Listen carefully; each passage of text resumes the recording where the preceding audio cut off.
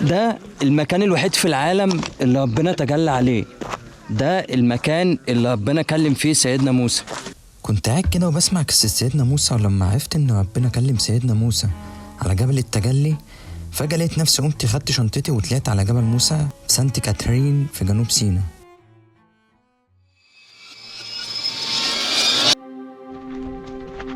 جبل موسى هو تاني أعلى قمة جبلية فوق سطح البحر على ارتفاع 2285 متر. جبل موسى هو المكان الوحيد اللي ربنا كلم سيدنا موسى عليه، واللي اتلقى فيه سيدنا موسى الوصايا العشر.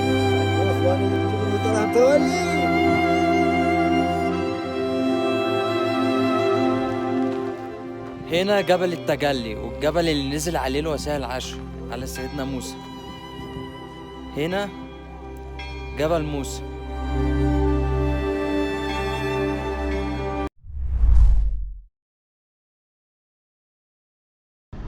طب احنا حاليا في سانت كاترين على الارض، ودرجة الحرارة جاية على التليفون دلوقتي 8. حاليا على الارض ودرجة الحرارة 8، وانا قبلت التحدي وهطلع اعلى قمة في الجبل ونشوف درجة الحرارة توصل معانا لكام. وفي الوقت ده انا وقفت التصوير عشان كان الجبل عتمة جدا ومحدش كان شايف اي حاجة، والكشافات اللي كانت معانا ما كانتش موضحة اي حاجة، فانا اضطريت ان انا اوقف تصوير لحد شروق الشمس.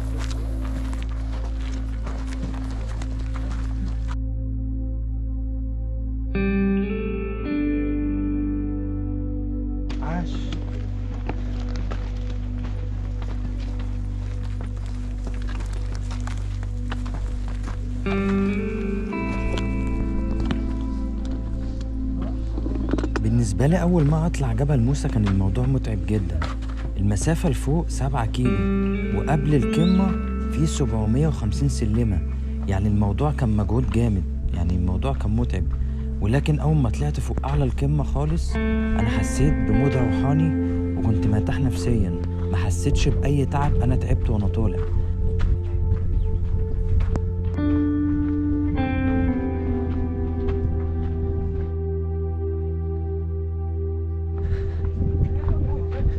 سيدنا موسى لما طلب من ربنا انه يشوفه فقال ربي ارني انظر اليك، لكن ربنا رد عليه وقال له لن تراني ولكن انظر الى الجبل فإن استقر مكانه فسوف تراني.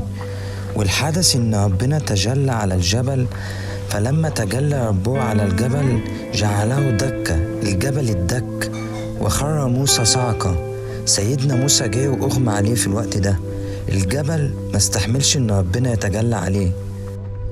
وده الحدث اللي نزل في الآية رقم 143 في سورة الإعراف. ولما جاء موسى لميقاتنا وكلمه ربه قال رب أرني أنظر إليك قال لن تراني ولكن انظر إلى الجبل فإن استقر مكانه فسوف تراني.